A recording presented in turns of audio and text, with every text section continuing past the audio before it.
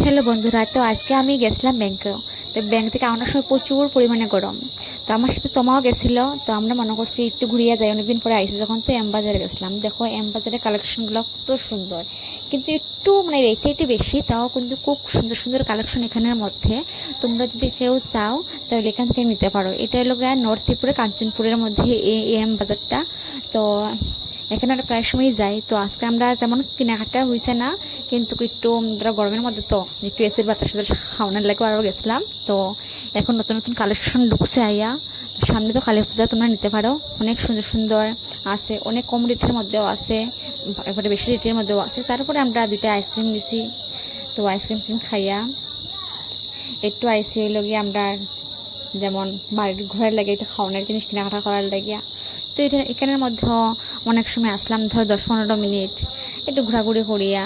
তো আমরা 2-3টা জিনিস কিনছি, আমরা যা প্রয়োজনীয় জিনিস 2-3টা কিনে এখান থেকে আমরা আইয়া গেছি। এরপরে আবার